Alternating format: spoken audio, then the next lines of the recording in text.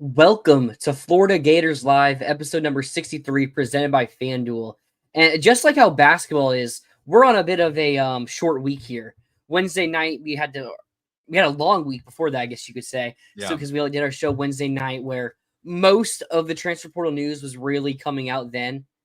But we still had maybe the biggest pickup of our portal class so far, debatably so, in Eric Singleton. So of course we're going to end up talking about that, some of our other portal additions, and there's still a few pieces left. We're not finished yet. Last I checked, our transfer class was ranked 12th in the country.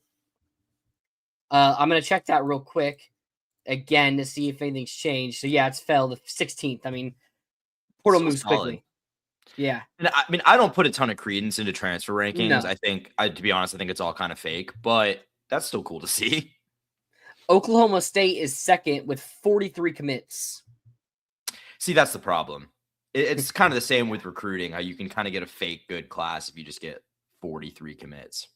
Most of which I think are North Texas guys. Like they are on North Texas guys. Yeah. Yeah. Cause I mean, I was talking about it with somebody else, and it's like they overvalue QBs in the transfer portal or the QB rankings. Mm-hmm. I mean, you look at Lagway. Lagway is, I think, like the 16th ranked player in the transfer portal. Mm-hmm. Like, Lagway's not better. I mean, Lagway's not that good. I like Lagway's potential and everything, of course, but like, given you have so many players with proven production in the portal, like they base a lot off of your high school rankings, and it's like I get that a little bit, but like, you gotta knock it down a good bit. Speaking of Lagway, he's had an interesting week. Yeah, I saw, committed to Baylor, and then he's visiting Ole Miss. However, Deuce, yeah, they just got Deuce Knight, right? He committed. Right? Yeah. Mm-hmm. He committed to Ole Miss, so I don't really foresee Lagway going there. I mean, with Deuce going there, I don't know what their plan is, but like, I thought he was going to Baylor when he entered the portal. That was a pretty clear pick for him there, and he committed there. I know he also had Hayes tweet out something, being like, I'm committed to Baylor, whatever other people are saying, didn't decline or refute that he was visiting Ole Miss, just said he's committed to Baylor. So it's interesting happening there for Lagway. And because in his defense, he never like posted, I am committed to Baylor. Hayes tweeted, DJ Lagway is committed to Baylor. He tells me. So, okay. So like in his defense, it's not like he committed and then is like, actually, no. But I mean, who knows how that actually played out. But yeah, kind of been a weird little portal saga for him. Yeah. Daniel Berry, happy Sunday. Well, it would be a Sunday over here. No, I guess we'll just knock that off right now. Jags lost to the Bills. Close game. The best, I guess the best QB won that matchup. The more proven QB, the more experienced QB in Josh Allen. And I think there's a good chance we're going to see the Bills making their run to the Super Bowl. Not that pretty them to win it, but I think they're, Josh is just the best QB. Lawrence got it with a minute left, and the interception, like, not saying it was or wasn't his fault or anything like that, but, Allen was able to get the game-winning drive, and Lawrence wasn't. So best QB got the ball at the last moments, and they won the game. So GG to the Bills. Yeah. And Trevor did have an awesome go-ahead drive with 4 minutes left, and you gave the ball to the defense, and you needed one stop to win the game, and you couldn't get it. And you couldn't get a stop when you needed it multiple times in the fourth quarter. So no, it's frustrating. I think the Bills could make a run just because seems like a wide open AFC, which is what makes this all the more frustrating that the Jags lost. Because I really do, think that this team could have done something here, but is what it is. That's how it goes. Yeah. But let's get into some Florida Gator action here. We're going to start off with talk about players that we've already gotten. The Florida Gators have landed their first, major transfer portal addition. Now, it's based on transfer portal rankings, which, again, we've talked about a little bit earlier, aren't the most accurate source to rate your portal rankings, if most of us would say so. Look at Indiana. They didn't have the number one transfer class when they brought all of their players in or anything like that. So, and look at LSU. Their transfer class was ranked 1, if I'm not mistaken. Last year, yeah. And they ended up gutting the season. So transfer portal rankings aren't the end all be all, but it is nice to see you ranked higher up there, especially considering where we're coming from with Billy Napier and his lack of use of the transfer portal. Earlier today, I saw he had 5 transfers committed so far to James Madison.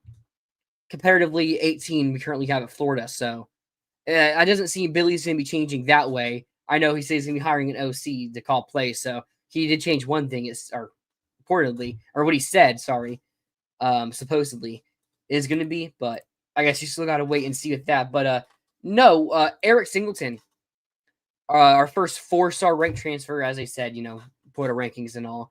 But we bring in Eric Singleton. This is a big one. This is one that we really wanted last year, but he went to Auburn. Auburn, made a bit more sense for him to go to Auburn, considering the type of receivers we already had on the roster, and the level of pay that we were offering receivers. But came out on, was it Friday? It was either Thursday or Friday. I think it was Friday. I think it's Thursday that he entered the portal, and then I think we got him yesterday. Was it yesterday that we got him? Yeah, he committed yesterday. Okay. So it was either Thursday or Friday when Eric Singleton announced that he was entering the portal after originally announcing he was going to be entering the NFL draft. But, I had been hearing some things like Florida wasn't giving up on that battle. Nothing was, set in stone or anything like that. But Florida was still keeping in touch with Eric Singleton, and then he enters, and everyone's placing a crystal ball in for him to go to Florida. It wasn't really kept a secret at all. It was like, he's probably going to Florida. There was some talk about Texas Tech, but luckily we were able to hold off Texas Tech if they were a real threat in that battle, and ends up committing yesterday. And this is a really big addition for the Gators. Yeah, I mean, obviously just made a ton of sense, too, with his prior connections to Buster Faulkner. He was at Georgia Tech, obviously was really productive with them, became the #1 portal receiver last season, was solid with Auburn. I mean, he wasn't bad. I think he had almost 600 yards. And I mean, given, he wasn't as productive as Cam Coleman. But I think given the quarterback situation they have this year, I think that's pretty excusable levels of production. That's not, far from a down year. No. So I mean, I think you got to be optimistic now coming back into this system with Buster Faulkner, with better receivers around him that can maybe open things up for him, with hopefully better quarterback. I mean, certainly hopefully better quarterback play. Yeah, better system. I was saying maybe than what he even had at Georgia Tech. I mean, we both said it with Haynes King. He's a talented player, but it's not like throwing the football. Haynes King is like a superstar. Who knows? Not Between Philo and Trammell, we'll see. But I think reason to be hopeful that maybe getting him around the best passing game he's been around in his career. I mean, and I think the main thing that excited me about this was the fact that, and unironically, the fact that it seems like Florida's tampering now, because I mean, this guy goes in the portal and immediately, Florida's the team to watch. And I don't say that. I mean, everyone's doing that. Is what it is, but that's kind of what you have to do to win. But yeah, I mean, it's nice to just see Summerall and the staff being aggressive, getting guys and moving quickly. I think is the thing. After what we saw with Billy, they're moving really quickly. They're moving with a sense of urgency, which is something that we basically begged Billy to do in every facet of the game, from recruiting to transfers to even on the field. When there were moments where it'd feel like, why are we moving so slow? We're down, 2 scores with a couple minutes left, and there's still a chance if you score here, but you're moving the ball really slow. There's no urgency on the field. So it's really a major difference between, Summerall and his staff and Billy and his staff. Oh, yeah. I mean, yeah, it's night and day. And I mean, we'll see how these guys actually turn out. I mean, Billy had a couple transfers that ended up being good players. I mean, obviously, absolutely. Torrance his first year doesn't really count, but Pearsall as well. And obviously Gums ended up being a pretty good player. He had guys that worked, but I think the way this staff has approached it, just recognizing the needs, going out and getting them. And again, it's been pretty quick for a lot of them, from hey, Florida's interested in this guy, they're having him on campus, to he's committed to the Gators. I mean, granted, I'm sure part of that is because Billy never was in a position where he had to portal 18 guys, or you're not going to, have a 2 deep. But still, I think, that was the challenge that the staff was facing this offseason. And then So to retain all the key guys, which we've talked about a lot, and then also go out and add, I think, some really intriguing talent in the portal. And then, obviously this is the most significant so far, arguably. I mean, you're building a really potentially good offense if the quarterback play and the offensive line are where we're hoping they will be. Yeah, and let's focus here on the receiver room. Now that you add Eric Singleton, I think they're still looking for one more depth piece, but your major rotational guys, it seems that you have it locked in. Now you're going to have Dallas Wilson, assuming everyone's healthy. Yeah. Dallas Wilson, Vernell Brown, and Eric Singleton. You have 2 5-stars, Vernell Brown, 3 all SEC freshmen on 3 different locations. Dallas Wilson, only played in like 2.5, 3 games. And, nearly 200 yards there in that little bit of time. But you saw it with Dallas Wilson. Like, he can play. And then Eric Singleton, who, was the number 1 receiver in the portal last season, has 500 yards. But you look at that Auburn system, and, I mean, Cam Coleman is just, like, a better receiver than Eric Singleton. Like, I don't think we need to have much debate about that. Yeah. But you're getting a guy who has proven production in multiple spots at the power forward level, including the SEC. So, who knows the system as well. That's something that probably is going to be a bit underlooked here. He knows how to play in this offense.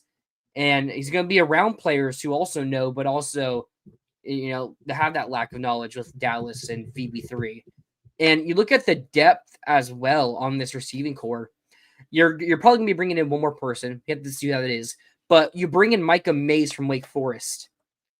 Someone with experience, not necessarily a proven, like the most proven player, high boom or bust potential player, but someone that does have that bit of experience at the power 4, at the spot, honestly, where he's going to be playing out here at that wide receiver, that off the bench, like wide receiver 4 or 5-ish role there. You still have TJ Abrams, assuming he comes back. I don't know if you saw interesting Twitter stuff. Remind me what he said. I remember seeing it. I just can't remember what it was that he said. Yeah, honestly, I don't, because I'm pretty sure he deleted it. Okay. It was just like something to the effect of like, wow, or like, oh, okay, or something like that when Florida. Yeah, I'm pretty sure it was something just like that. Maybe I can find it real quick. Yeah, he posted 2 laughing emojis. Okay, that's what it was. That's what it was. Really, I mean, really expressing your thoughts there with the emojis. But no. And then there's someone I'm forgetting. You got Davian Gross, obviously. Yeah, I was about to say Gross. I think I would expect we'll see the field at least some this year. Yeah, I expect he's gonna see. He's even a gadget player. Worst case. And then Bailey Stockton, who I think will also play in that slot role. But like, so you have 2 boundaries. You have your slots. Like, you have Gross, who's just that gadget type of player. What I expect will be a gadget type of player in year 1. That receiving core looking the best it's looked since. If you're just looking at true receiving core 2019, when you had Tony, Grimes, Jefferson, Hammond, and Swain, like that receiving core was deep. Like none of them were elite. I mean, Tony ended up being, but he wasn't a full-time starter. He had injuries, if I'm not mistaken, that year. Injuries every year besides 2020. So this receiving core is looking the best it's looked in a long time.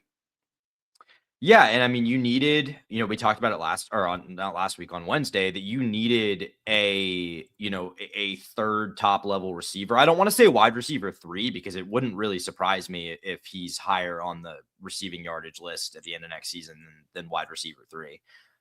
Just especially with the kind of what he does and the familiarity with the system wouldn't surprise me if he ends up being more productive than one of the 2 sophomores. Especially if Philo can't like throw the ball down the field. Mm-hmm. Yeah. If we're going to be an offense that is going to end up having to, be built around the quick game, whether it's because Philo struggles deep or the O-line doesn't give him enough time to block, like that's when you'll see Singleton really thrive. Yeah. And I think, but so Florida needed a wide receiver 3 no matter what. Like we were talking about before we thought this was an option. We were talking about like Cam Vaughn, who they've had communications with Miami. From Westford. What is he? Did he commit to Miami? I'm pretty sure he did. Oh, I missed that. Okay. Well, don't need him anymore, but that's a good pickup for them. But yeah, I mean, but I think Singleton specifically, I think, is like a really good complement to what we already have. Like, I think Singleton was the kind of guy that this receiving core was missing. I guess you could maybe call him like the Trey Wilson replacement in a way. Yeah. And, I mean, look, he's like a 5'10", like smaller guy, more athletic. Like that is the kind of, Florida's got their big play, like outside number one guys in Dallas and Purnell. I think Singleton, I think kind of gives you something that's really nice and complementary to those guys. So I think not only did we need someone as proven as him to be the third kind of starting level receiver, but I think he's a really good fit. Like he's the kind of archetype of player that we were still missing. Yeah, I would agree with that right there. He was the archetype player we were missing. So other commits that we got during this time, I mean, we got Louisiana's long snapper, Carter Millerin. I'm gonna guess that's how it's pronounced. Yeah, it's not the most intuitive pronunciation. It's a long snapper. We'll see what happens there. I mean, long snapper, like we shouldn't know your name as the long. If we don't know, like if we kind of forget who you are, then you're doing a great job. Like if we're not thinking about the Underwood, long snapper, what? I'm just saying, hey, Underwood, pretty known. What I should say is like if we're forgetting who the long snapper is, then that means you're probably doing a good job because we're not thinking about the snaps. So absolutely. And then the two bigger transfers on the offensive line, we get Emeka Ugorji from Stanford, and from Georgia Tech, we bring their starting center, Harrison Moore. I think these are two really interesting transfers. Harrison Moore is the easier one to explain here. Starter over 800 snaps at Georgia Tech. We talked about it last weekend. It wasn't official, but it was on Wednesday. It wasn't official, but we pretty much knew that he was going to be a Gator. So we won't go into much depth on Moore. But again, someone with a ton of experience, pretty good in pass protection. We'll see how the run blocking goes and everything like that. But I could also see him starting at guard. I think we talked about that on Wednesday as well. But I could see Harrison Moore starting at guard as well if they have someone else they trust more at center. So it's a good addition. Yeah. No, I mean, you needed more depth along the interior, or not even depth. You needed more starting caliber players along the interior. And you got that with him. And again, it's another guy that we said all the time last episode, like kind of got to trust Buster Faulkner because he's going to get these guys and, for a reason, like, he obviously believes that Harrison Moore can be a plus player on the offensive line. Yeah. We also bring in Emeka. Here, let me try it. Lost it. I'm glad you take the lead on these. Yeah. We brought in Emeka Ugorji from Stanford. True freshman, made 8 starts. So 7 of his starts were at guard. He started 1 game at tackle. He gave up 7 sacks on the season. 4 of those 7 came in the 1 game he started at tackle. Yeah. But I'll also say, from what I'm told, they like him at tackle. Mm-hmm. So this is one that you kind of got to trust Troutwin. From my understanding, they actually really like him. And he's a freshman. He played a lot for a true freshman for a pretty poor Stanford team. You can't just be like, oh, well, he's sick as a freshman. He's going to suck anywhere else. But I think the bigger question here is, with Emeka, like, this is what they're going with the offensive line, with the tackle position in particular. You're going to have Emeka Ugorji. You're going to have, where's he at? Yegon Boyer? Yeah, Yegon, maybe. I'm not 100% sure. Those two plus, Westfall, Caden Jones, maybe a freshman Dice. I know if he can play tackle as well. Like, you're going to be relying on those guys, and none of them are really proven. I mean, Caden Jones was solid, I guess you could say, last year, so not much there. But I guess you just have to trust them, because from my understanding, I don't think they're going to be going after another offensive tackle in particular. And I did notice something when looking at the rankings and commitments. None of the highest rated offensive linemen went to like one of the major schools. I mean, Lance Hurd was the number 2 tackle and just committed to Kentucky yesterday. So yeah, I mean, it's. Yeah. And Kern going to Ole Miss. You have the NC State guy going to South Carolina.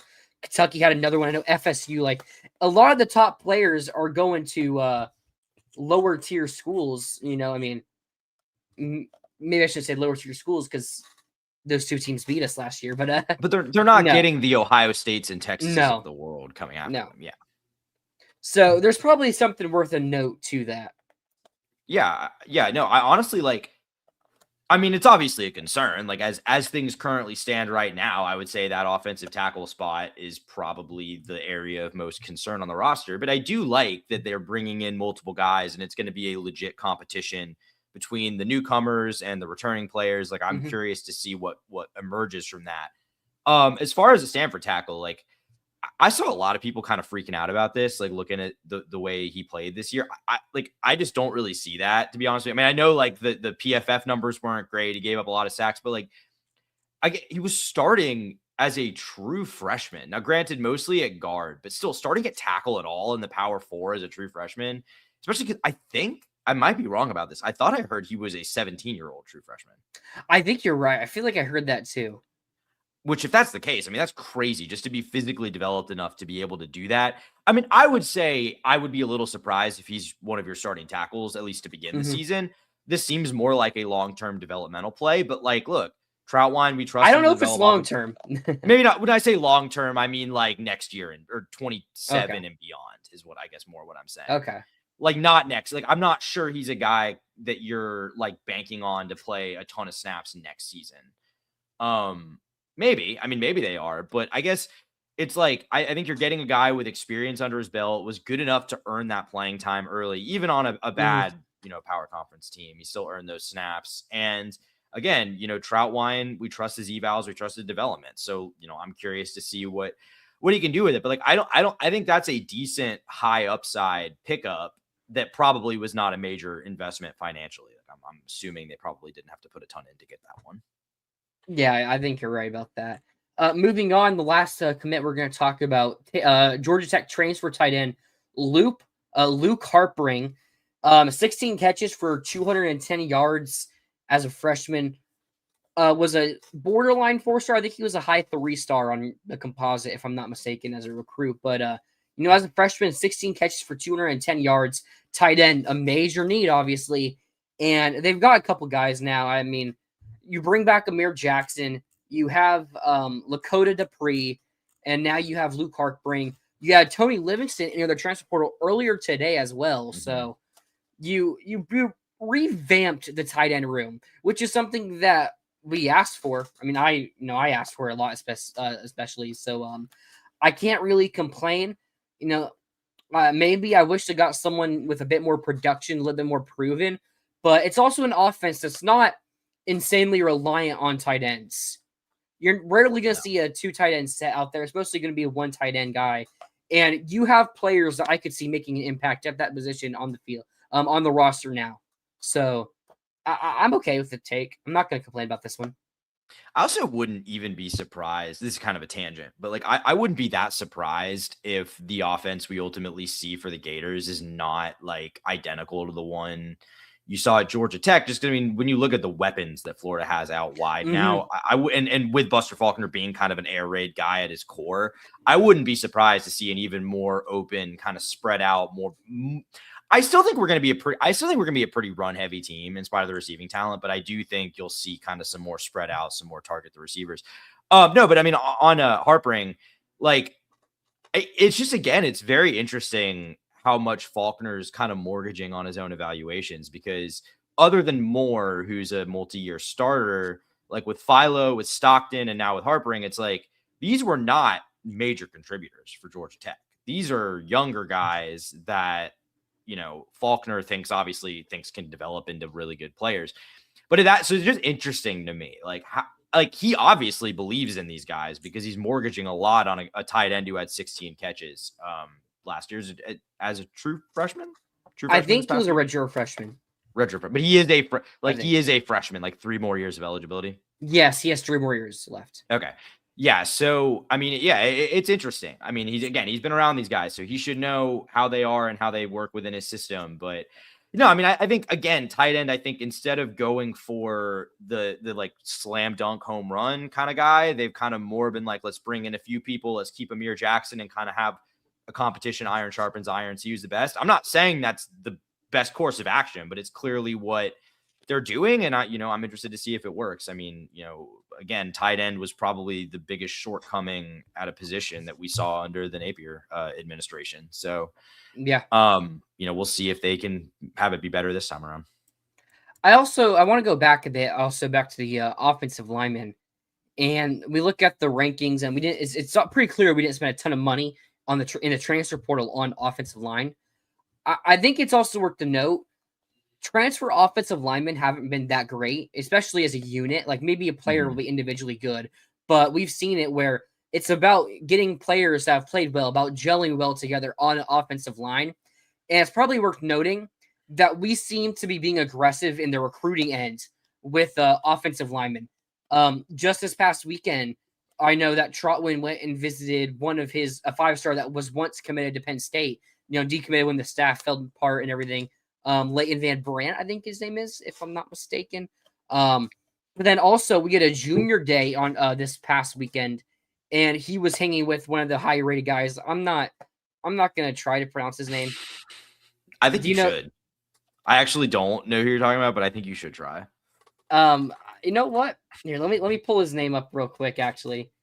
And I'll give it my best. I'll give it my best try here. Yeah, please do. Offensive tackle, I'm pretty sure. Oh my, this is like the toughest maybe we've ever done. Oh my god. I'm trying to pull up Florida's junior day list just so I can see what you're trying to pronounce right now. This might be. Oh my god. I know in our chat we're calling him Bob because there's a Bob in his name. Have you found it? I have not. No, I'm not able to find it. Okay. So here we go. I'll just try. Olu Wasimilro Olu Bobola. So Bob, okay. That's where we get the Bob from. Oh, okay. I found him through. Yeah, I found him. Yeah, that's a tough one. That's a tough one. The 69th ranked player in the country. He was with Trotwin a lot at the junior day. He also went to the basketball game with Trotwin.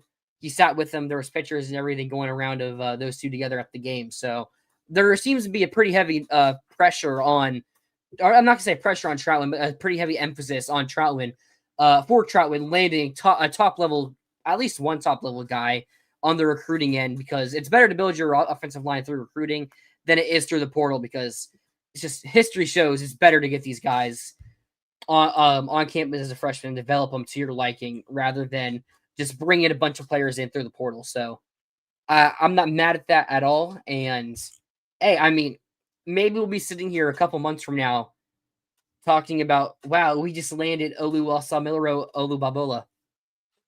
Maybe we will be saying that. No, I mean, yeah, I think that's fair. And I think they've kind of signaled that from the get-go. I mean, first of all, Trotwine, he is a recruiter. That's kind of primarily what he's known for. I mean, he's a good developer too, but he's known as a recruiter. And I mean, remember, as soon as he got hired, the whole frenzy of Florida offering 25 different offensive linemen in the first day after hiring him. So they've kind of been clear this is what they want to do. I mean, that's fine and good. I agree. I think that's the best way to build it out. I just think that could put you in a situation where the offensive line is still a limiting factor in year one, which, I mean, look, teams can be successful without great offensive lines. Offenses can be successful without great. I would say Ole Miss, to me, doesn't have a great offensive line, and they had the best power conference offense this year. So certainly not something you can't work around, but it's just something they might have to this year just because of not even what you lost to the portal, because you didn't really lose a ton of significant to the portal. Just you had a lot of guys graduate off this offensive line from last year. It kind of is what it is. So I'm interested to see how that looks this year. But I think either way, I think the long-term trajectory you have to feel pretty good about. And man, if he can start consistently landing top 100 level offensive linemen, that'd be so huge, because that's something Florida hasn't been able to do, not only under Billy Napier, but under a couple stabs in a row now. Yeah. To end off this segment, we got a bit sidetracked there, but to end off this segment, I have a quote I want to read from Dylan Olive at UF. Multiple Power 4 transfers told me they would have had interest in Florida if they had reached out. However, UF has been aggressive, yet particular this cycle. Of course, I have interest in the Gators. At the moment, I don't think they're looking for a guy like me. But that's interesting. Just goes to show that while we're looking at a lot of players and getting a lot of people on campus, they're not just taking anybody. They still have their standard that they want to keep to. And I think it's pretty clear when you look at the fact that we took 2 players from Tulane, the kicker and punter. Yeah, I mean, have we taken any non-specialists from Tulane? I don't think so, right? I don't believe so either. We've only gone to Georgia Tech for that. And we took another punter, too? We did. Yeah. Okay, so I don't see this as I'm pretty sure he's from like a JUCO in Oklahoma or a D2 in Oklahoma. Okay. So I'm not sure what that's really about, but they took him. That's really I got a couple guys in there, I guess. I mean, now there's like less strict roster limit, so it's not as big of a deal. You can kind of just have guys. So, I would assume the Tulane guy is your starting punter, but maybe you do a kickoff specialist. I have no idea what they're going to do, but that was interesting. But yeah, just the Tulane guys, there's the 2 specialists, but yeah, and not really a lot of G5 additions in general, honestly. I mean, obviously a couple like Dupree, the tight end, but like a lot of these are from P5s, or P4s. So that's interesting as well. Absolutely. All right, we got to talk some Florida basketball as the Gators are now starting to heat up a bit. We suffered a tough loss on the road to Missouri to open up conference play. And, some people were starting to freak out. I'm not saying either one of us were. We remained pretty calm. Who couldn't imagine freaking out after that game? No. Couldn't be me. Were you? I was pretty negative, yeah. I was pretty negative going into the Georgia game. I remained pretty, I was like, okay, we're going to finish out and win one of these. We're going to win this next one. I mean, we've been losing so many close games, like luck of the draw. Although we are 360th in the luck rating still, so that happens. But now we've done back-to-back blowout wins, dominating top 25 teams. I was at the Tennessee game. That was a really fun game to be at and everything. And I mean, we scored a ton of points. What was the final score in that 91-67, I think. Yeah, 91-67, right on the money there. And it's just, Boogie Fland, he got the haircut, and now he's Bolt. It's there, yeah. Florida should just make every player get a haircut. Like that's like Florida slump buster is just like get out. Like just everyone has to get a haircut. If your 3-point shooting ever drops below 25%, sorry, you're getting a new hairstyle. We gotta get Lee. I mean, we got Full Metal Jacket and just kind of where I'm getting at. Yeah. Buzz cut. Yeah. No, Lee could look. Yeah. No, we should do it. No, but no, like, look, Boogie had his best game as a Gator against Tennessee yesterday. I mean, that's really encouraging. He was hitting shots. I mean, he was hitting from 3. The thing I really liked to see from him was, which Grant, I'll be honest, I haven't watched a lot of these games like super intently, but what I saw that I hadn't really seen from him in that game was how much we were kind of giving him open mid ranges off like picks, like off pick and rolls. That, and he was hitting them. And that to me is an element of this offense that hasn't really existed. And I think if we can add that to it, I think that changes how you have to defend these guards. But look, I mean, yesterday showed like this team, if they just shoot like a little below average from 3 instead of we shot 30%, and that felt like a major difference. That's what I'm saying. If they're just like slightly below average, this is an elite team because of what the front court can do, because of what the rebounding is like. If they're just not the worst shooting team in college basketball, you pretty much can't beat them.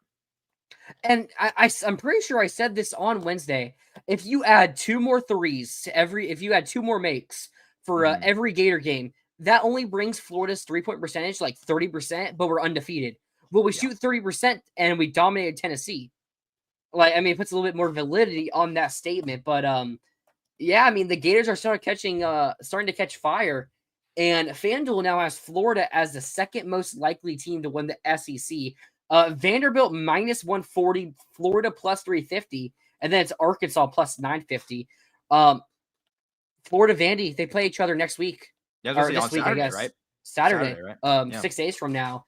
I feel like they have Vandy's odds a bit too high, -140. Like you're already saying that Vandy's, more than That likely to is win high. it than anyone Yeah, else. that's I mean, really high. especially after Bama just got fraud checked by Texas. True. And Vandy shot 53 throws in that game against Alabama. If we got to host Vandy, I'd feel a bit more confident because it is on the road. But that's been a place we struggled at a bit. At Vandy, it's an interesting place to play. So no I hate that guarantees. arena. I hate the Yeah, way the that way it's arena just looks. the stands are below the court. Like It looks so bad. I hate it. it does. It does. But no, I mean, we got a quad one opportunity at Oklahoma. Oklahoma's a solid team, decent offense, bad defense. Their defense is ranked in the hundreds in Ken Palm. Like, if Boogie Flan is truly like going to be that player for the rest of the season, we'll probably be able to tell in this game. I mean, we'll see it again. One game doesn't mean anything, but that goes for him having a good game. Like, if he starts going, on and off, like, but if you can start getting consistent play, especially against teams that play poor defense, then I think we have a legitimate chance to get to where we want to be this season. Yeah, totally. I mean, I think this game against Oklahoma is a big one, just in the sense that, like, I'm not thinking it's going to be easy, but I think it's one that Florida really needs to win. I don't think this Oklahoma team's that great, and it's on the road. Big opportunity to get to 3-1. I mean, you talk about the SEC, the odds to win the SEC. Like, the SEC is pretty down this year, relatively speaking, at least compared to last year. Which, like, what's so funny to me is, like, this year's team may legitimately, like, be more likely to win the SEC regular season than last year's was, just by virtue of who the competition is. Absolutely. I mean, just again, Arkansas just got blown out by Auburn, who Auburn started 0-2 in conference play. And then Alabama, who just lost to a mediocre Texas team. Georgia, like, we just blew out Georgia. Tennessee, we just blown out Tennessee. Then it's Missouri, like, and like, they beat us. That felt like a bit of a. I think if we're gonna start catching fire, that would prove to be a fluke. And then it's like A&M's 3-0 in SEC play, and I don't know how. Yeah. When I watched them earlier this year, they were actually like bad, playing bad basketball. And I mean, I know they've escaped with their lives against that Auburn game and everything. And who they play? I think they played Oklahoma to start their season. They played Oklahoma. They played Oklahoma yesterday. Okay. And beat them. Yeah. Okay. But looking at the rest, Ken Palm has projected Florida to win all but the Vanderbilt game. We're favorites in all of those games. So they have us going 16-2 in the SEC. Well, they have us going 13-5 because we have some close games. Like here against Georgia, at Georgia, 57% chance to win, 69 against Alabama A&M, 67 against Texas, 55 against at Kentucky. Like, oh, sorry. So their record. So just to be clear, their record prediction for Ken Palm is not just who is. We're just projected to win. Favorite. Okay. We're projected to go 22-9. Okay. I mean, that would probably, with who the losses are, that would get you, I would think, a top 5 seed. Probably. It probably would. I mean, although I hope we do finish better because. Well, that would mean losing what, like that would mean like 4 more games. That'd be 13-5 in the SEC. Yes. I mean, that'd still be pretty solid, honestly, with the way this team was looking at points. But yeah, it would. It definitely would. But hey, I have a bit higher hopes after that performance, hoping that Boogie and maybe we can get Lee to start playing at a much higher level, I should say. I mean, to be fair, we were kind of before yesterday's game. We were kind of like, well, Lee's at least figuring out the offense a little bit. Boogie's not at all. Now Boogie seems, because I think Boogie's a more well-rounded, good player, obviously. He is. But the offense was just so lacking with him. Whereas at least Lee would have games where he'd shoot all right from 3 and it, would score. I mean, if Boogie's got his shot back, because both of these guys were like 34% 3-point shooters last year. So it's not like I think Lee was like 37. Yeah, maybe was he that 36.9 if I remember correctly. Okay, yeah. So they were both like mid to high 30s 3-point shooters last year. So it's not like they can't do it. I mean, it's just, obviously a confidence thing. I mean, obviously some things are different. Like I think Lee is kind of in a different role than how Princeton used him. So like there's obviously differences, but like ultimately, I think these guys are capable of shooting better than they have. And like I said, they don't need to be a lights out shooting team. They just have to shoot like not the worst team in college basketball, which is border. I mean, their 3-point shooting was at one point ranked 365th. And I don't We're know. currently 351st. So I don't know how many teams there are in college basketball D1. 365. Oh, it is. So we literally were dead last. Okay. I was like, I knew there weren't much more than 365. I knew we were in the bottom 5 or 10. Okay. So so Ryder is at 24.8% right now. Oh. So yeah, dude. All the teams around us are like terrible low majors. Yeah. Like the best team around us is,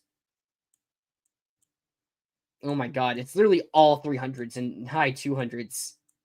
Like I don't even see anyone in the hundreds for a long time. I mean, it's just comical. Like Florida is an elite team outside of just horrendous 3-point shooting, and it's not even like bad shots. Like the shot quality is actually good. Like that's the most annoying thing is other than maybe Condon, who Condon genuinely needs to stop taking threes. But other than Condon, oh my god, it's like they're taking open shots. It's like you can't be like stop taking them. They're there. They are there. It's weird with Condon because he was a 33% 3-point shooter last year. Yeah, he's what, 5 of like 20 now? Yeah, he's shooting like 16% this year from 3. Yeah, I mean, I'm not saying he's not capable, but to be honest, he's not a guy that I just don't think we need. 15.2% right now. Oh my god. Yeah, it's been a minute since he's made one of those. Yeah. No, didn't he open off the Missouri game with a 3? I'm pretty sure that's how that game started. Okay. But like, it's like again, like, oh, he's capable of doing it, but at this point, it's like, yeah, stop. You just don't take him. Like they're giving him to you for a reason.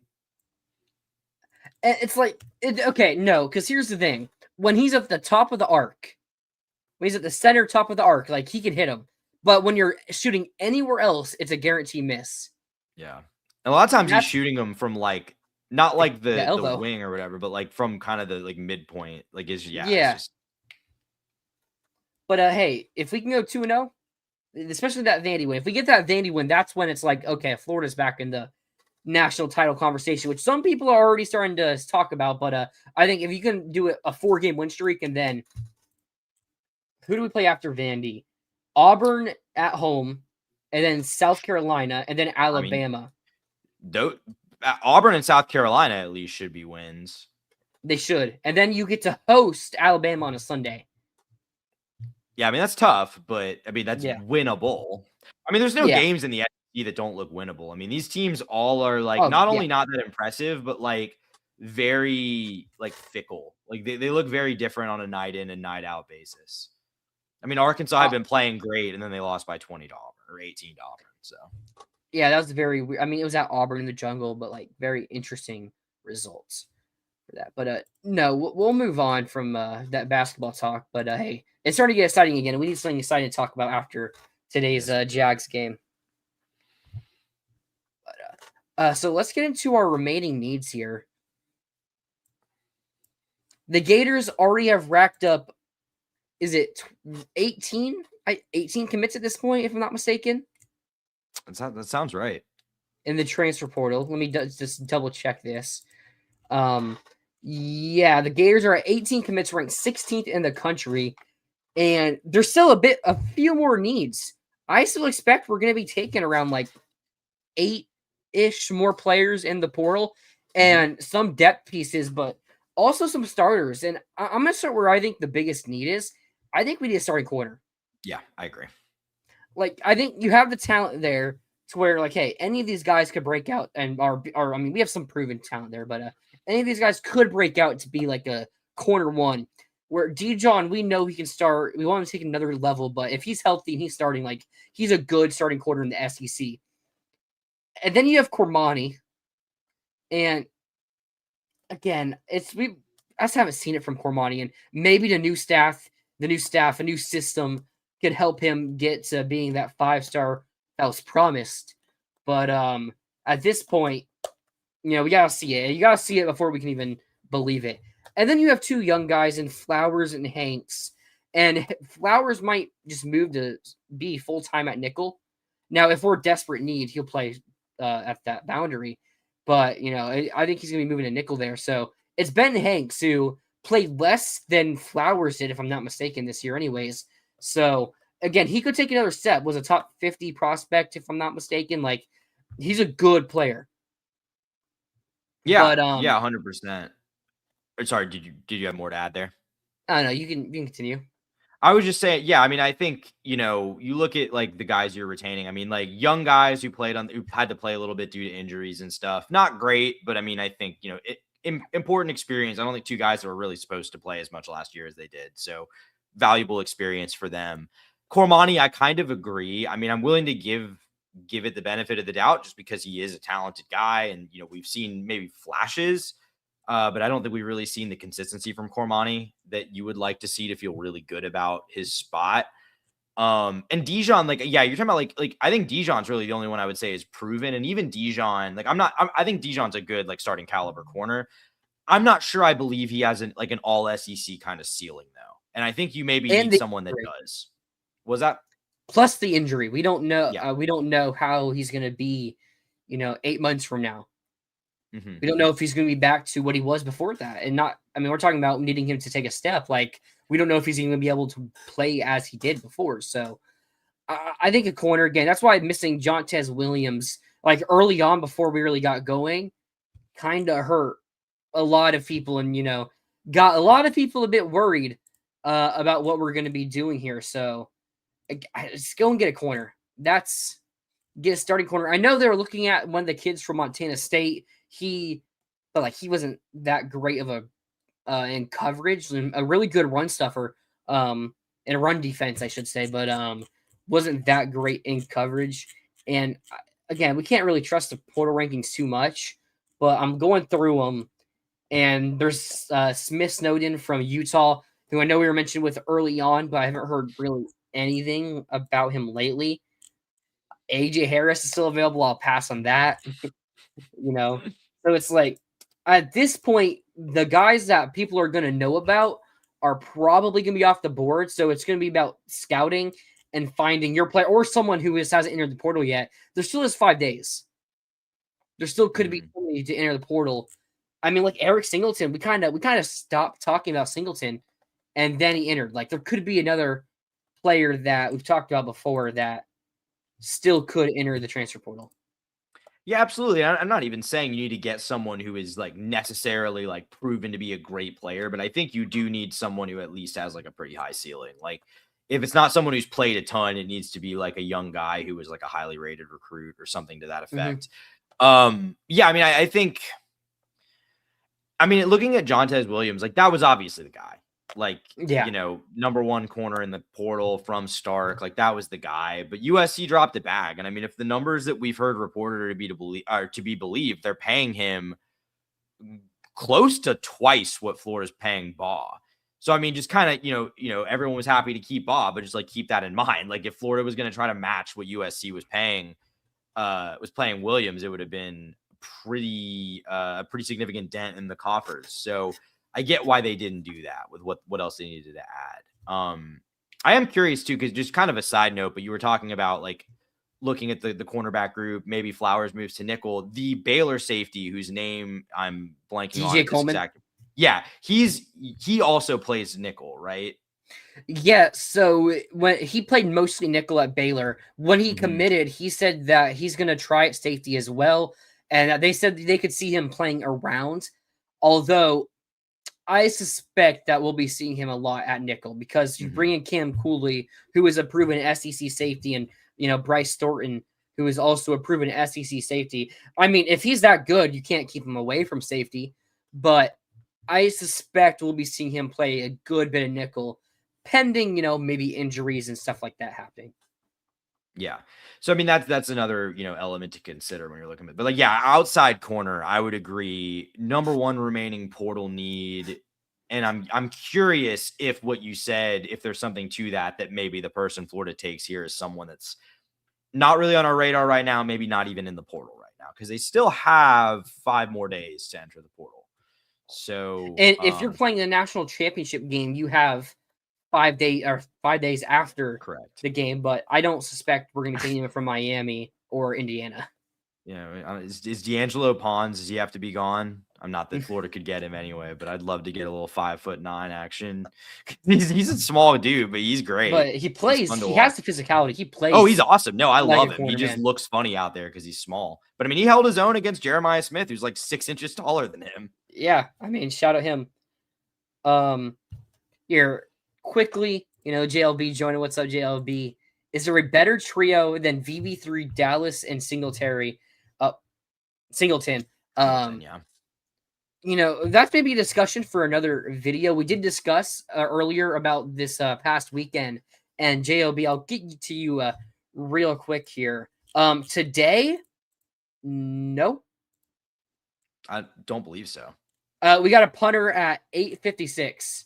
So the random Oklahoma school transfer that we're not too sure about.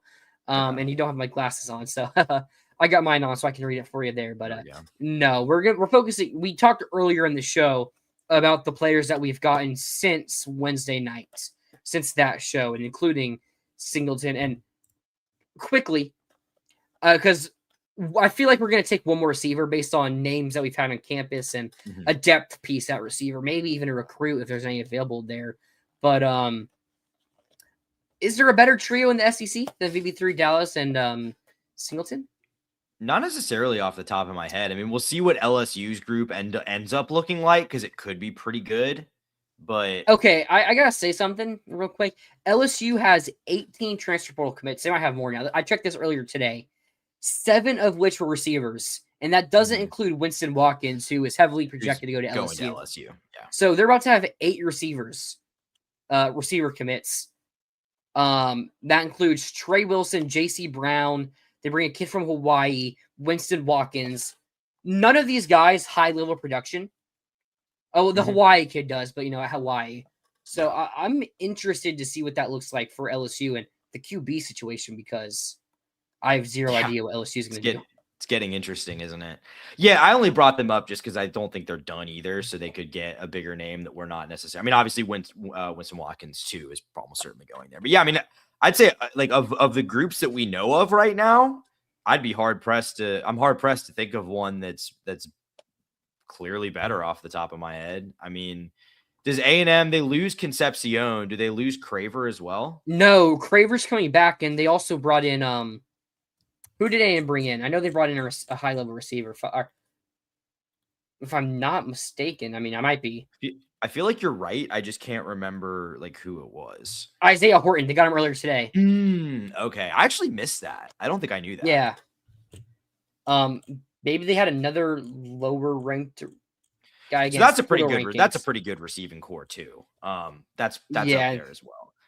I mean, and like Dallas. I mean, I think Dallas is really good, but it is. You can't really call Dallas a proven guy either. He looked really good in the brief glimpses we saw. I'm pretty confident A&M offered Dallas Wilson more than what they just offered Horton.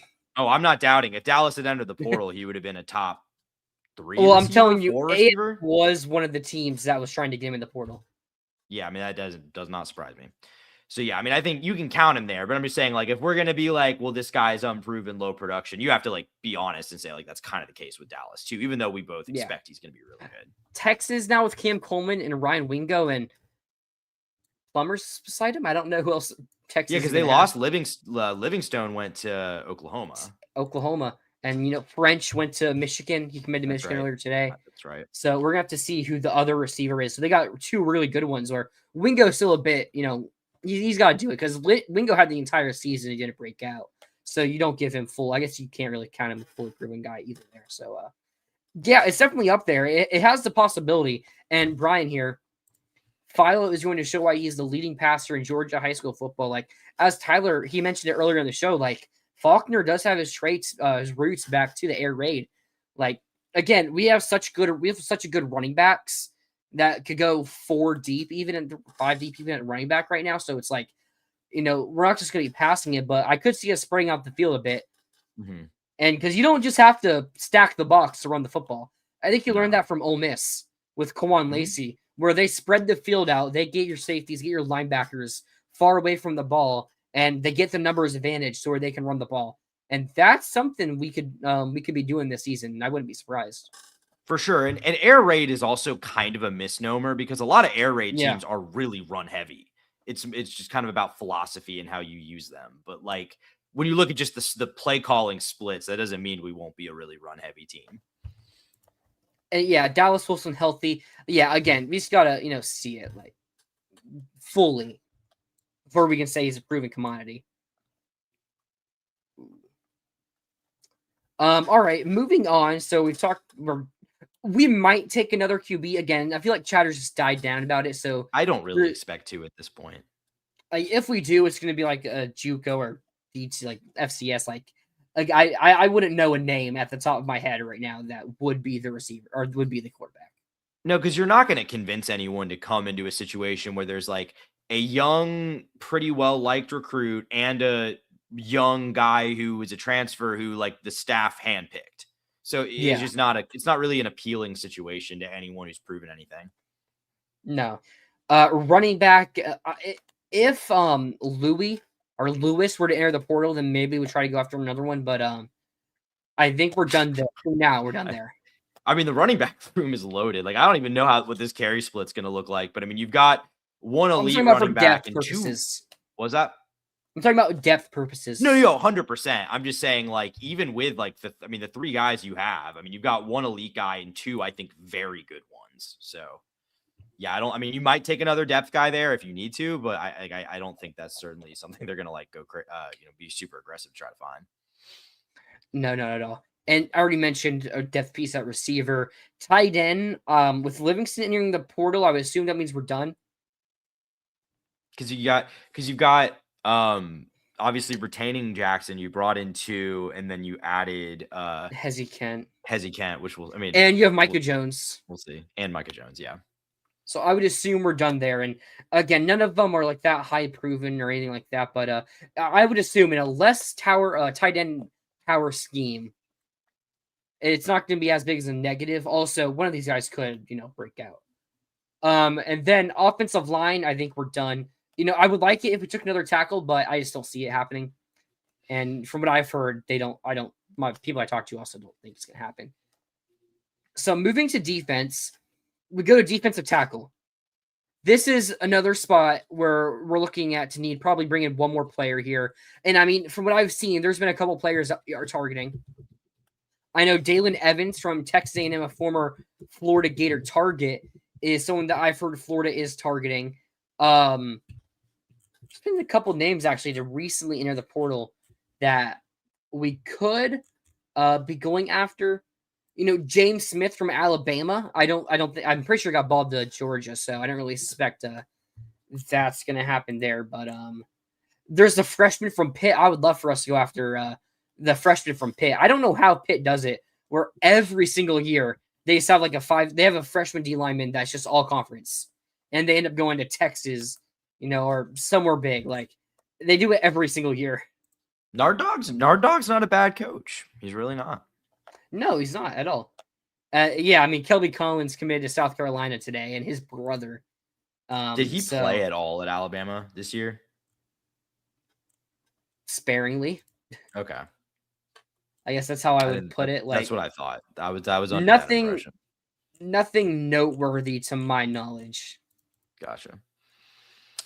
But yeah, we need another. I think we need another D tackle and preferably a nose tackle. Yeah, I mean, I think you feel all right. Obviously, I think since we last did the show, Brendan Bett staying became official. I believe that is true. That is true. We kind of expected that, but yeah, he's officially coming back, which I think I don't think he's great, but I think that's a fine depth piece, rotational piece. I thought he was pretty good. I thought he was solid last year. I mean, he's probably our best interior defensive lineman last year, for what it's worth. Yeah, I think it's also worth noting, again, Brandon Bett didn't play his second season, his sophomore year. Because of, remember, he was ineligible. That's right. Is he going to get a red shirt for that? Yeah, I mean, he didn't play if he only played in like one game, so. But can you get red shirts for like academic and eligibility? That I just am honestly not positive. That's like a legit question. I would assume so. Okay. Yeah, I would believe so, and yeah. But yeah, Summerall and Brad White with this defense is going to be nasty. I hope so. We just need one more D tackle. Moving on, edge. We bring Jaden Woods back. You bring in Oye from Jacksonville State, who can play edge and D tackle, but said he's going to focus on edge. Big edge rusher there. It's a little surprising, but we'll see. Yeah, that was kind of my response there. And then you also still have Cam James, who's a solid solid player on the edge room. He's nothing crazy, but he's a solid player. And Jalen Wiggins.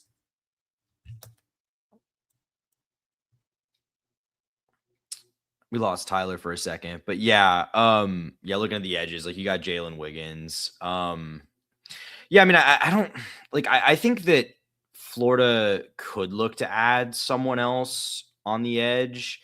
I'm not sure they'll make it a priority though. After keeping Jaden Woods, like that's just kind of my personal opinion on it. But I mean, and it seems like LJ McCray probably moving back more towards his more natural position as kind of a inside D end rather than a pure edge rusher. But obviously he could maybe see some snaps there on the outside too. Yeah, I mean, I agree with what Tyler was saying. I think you probably would like to add like one more bigger body to the interior and like maybe a rotational guy on the edge. But yeah, we'll see what ultimately happens there. Brian, go back to your comment about Summerall and Brad White in the defense. Like, obviously since Summerall is a defensive head coach, I think you have to be kind of optimistic for that side of the ball. If I'm being honest right now, I think I'm a little more optimistic about the state of the offense right now, just because of what they've got at the skill positions. But you could argue that fewer questions on the defense, because really outside of maybe one cornerback spot, there's not like a ton of glaring needs. I mean, safety should be pretty solid. Linebacker should be a strength. Defensive line has pieces, maybe not like a ton of like hyper proven talent, but I think pretty solid overall. So, I mean, I'm not sure, how good I expect the defense to be right now, but I think it will be pretty solid. Let me see. Oh, is Tyler back yet? He's back in. Okay. Yeah, Tyler will be back momentarily. But yeah, I mean, I think defensively you're really close. I think you're really close to being in a spot where you feel good about the defense. It's just like kind of like we were saying, like just a couple spots here and there where still kind of question marks. I'm not sure like a lot of the top options you would hope for are still available. Like I'm not sure we're going and getting like a super proven nose tackle or an elite corner. But we like it better with just one Tyler. Thank you, Bubba. I appreciate that. I really appreciate that.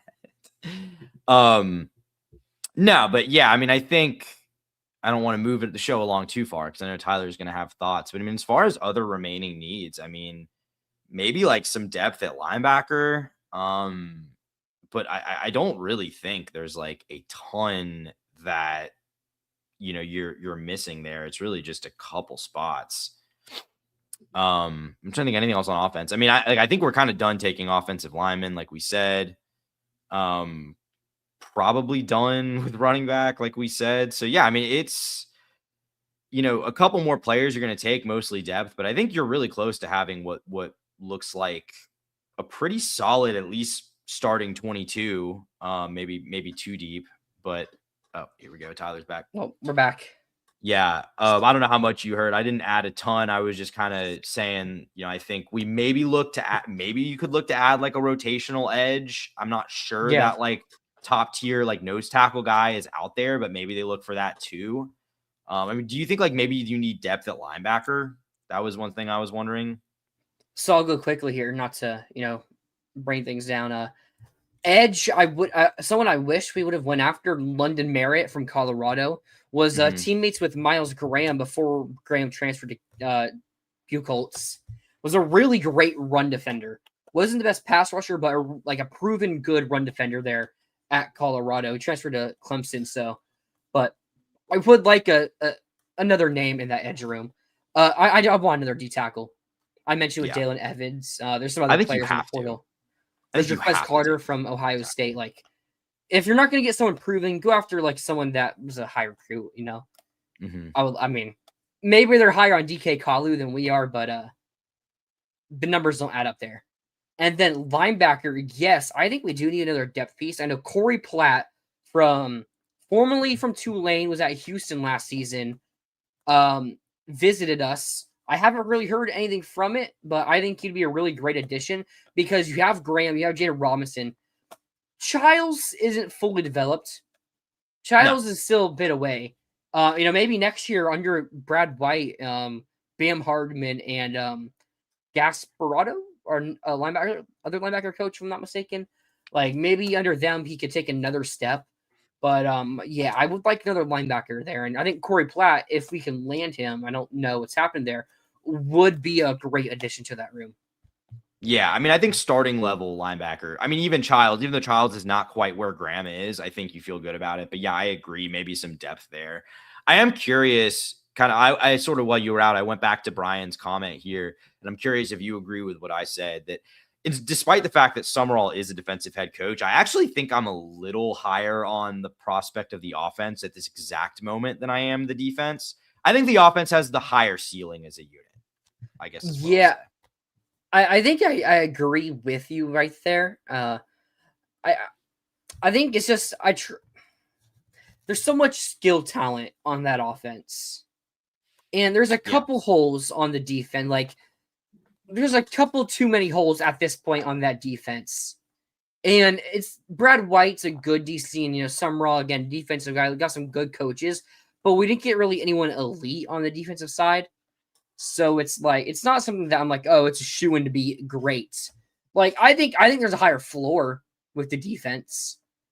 Like I don't think the defense could be like worse defense, but like I think that's if fair. Philo doesn't work out and this That's fair. offensive line, is just ends up being bad, and I don't know, maybe even injury or two or something like that on offense. Like the offense could be pretty bad, but I think there is a higher ceiling. Like again, Philo with accurate quarterback at the minimum, in my opinion.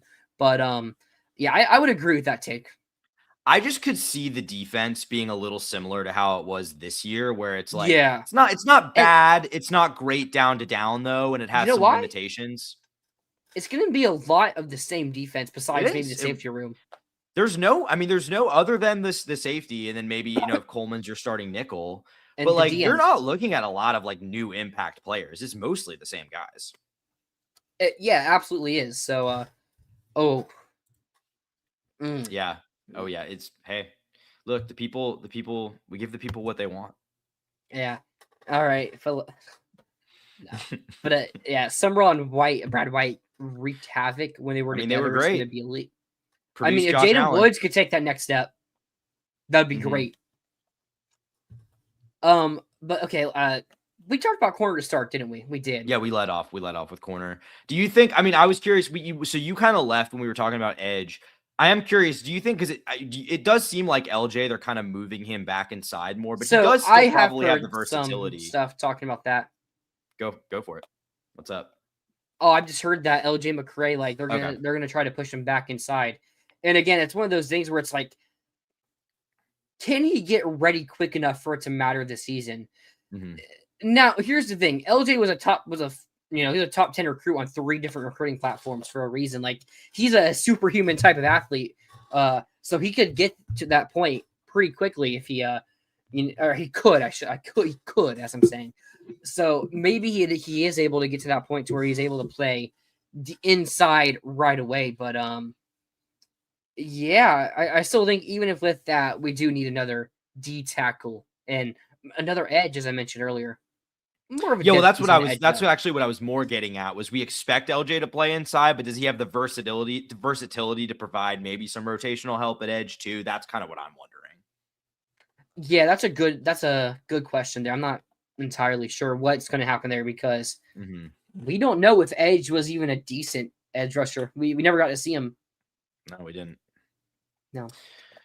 We'll hopefully find out soon though. But no, I don't think there's a lot of other needs beyond that. I mean, I think you could always use a DB. Frankly, I think you could always use another DB somewhere. Like maybe I just think back to like, to me, like Triquez Bridges was like the peak, not like elite transfer edition, but like what you want from just kind of a guy, because he was so versatile. He was like your perfect, not actually a 6-man, but like the concept of a 6-man in the secondary. Started at safety, started at corner, like he did it all.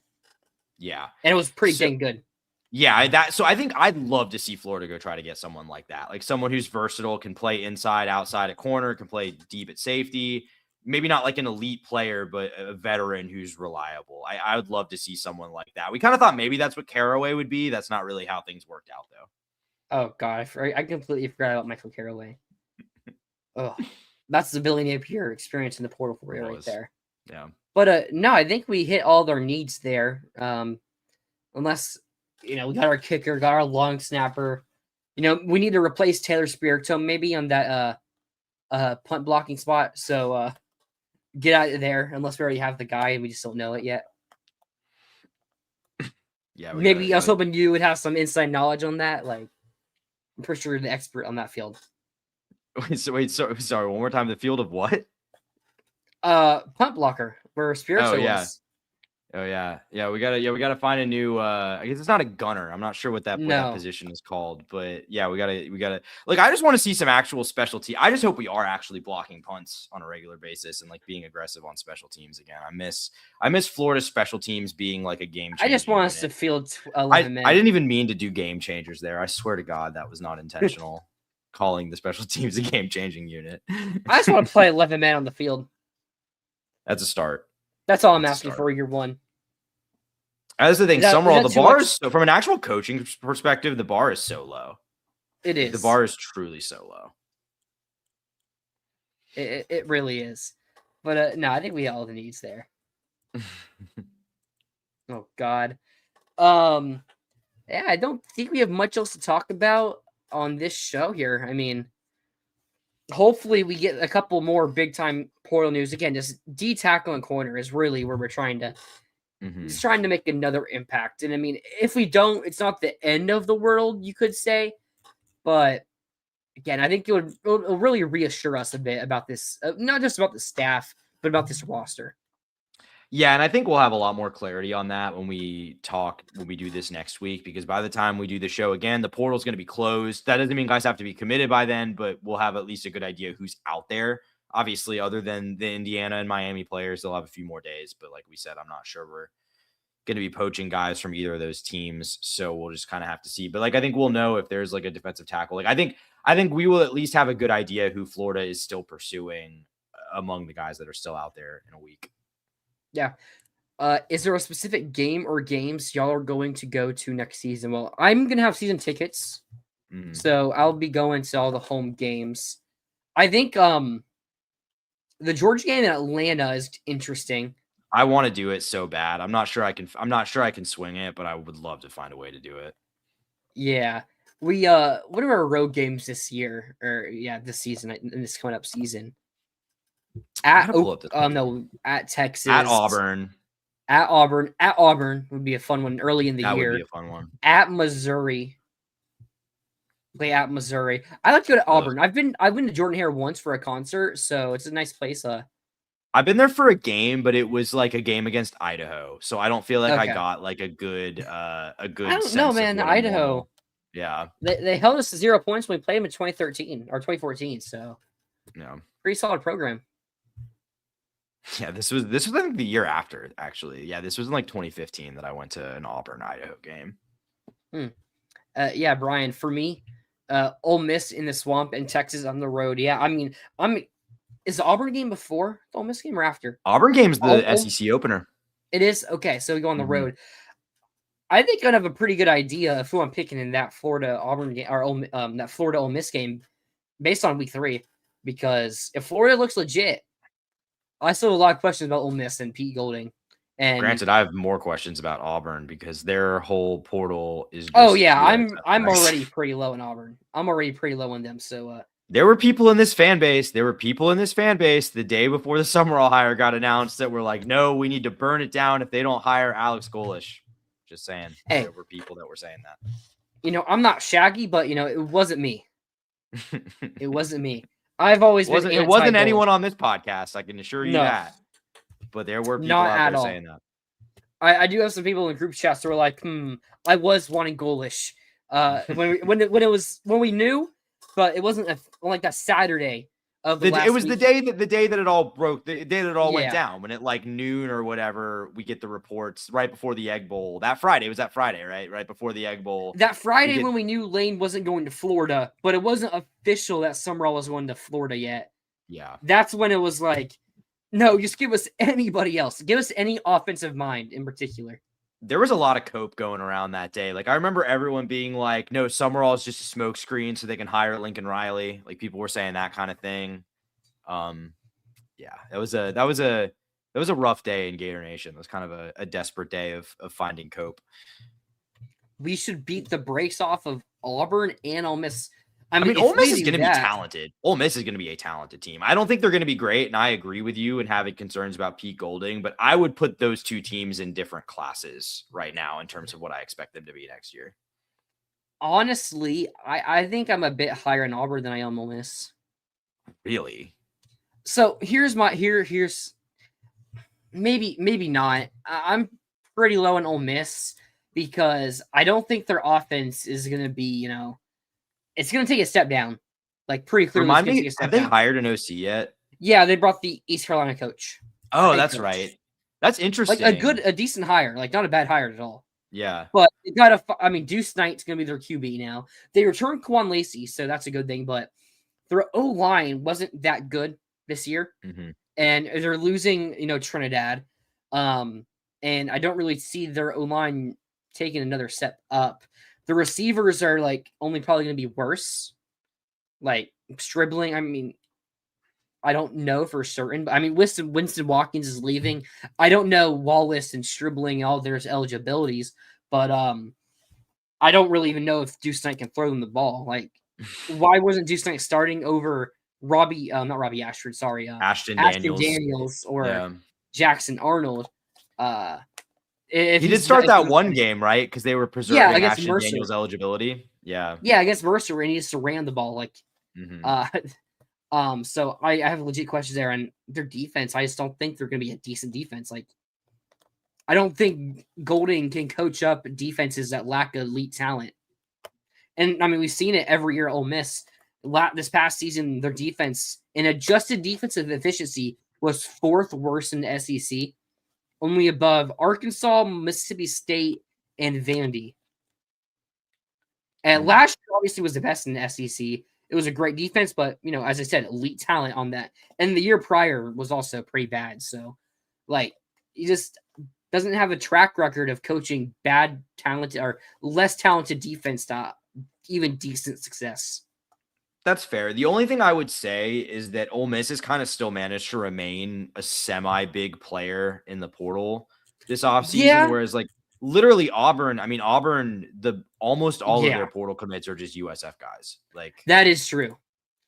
That is some of them are good. I'm not saying they're all bad. I'm sure some of them will end up are going to move up and do well. Including, I think Byron Brown will probably be solid. I don't love that. I think you could do better than that, but I think it's fine. Here, I'm gonna go through Ole Miss's portal class.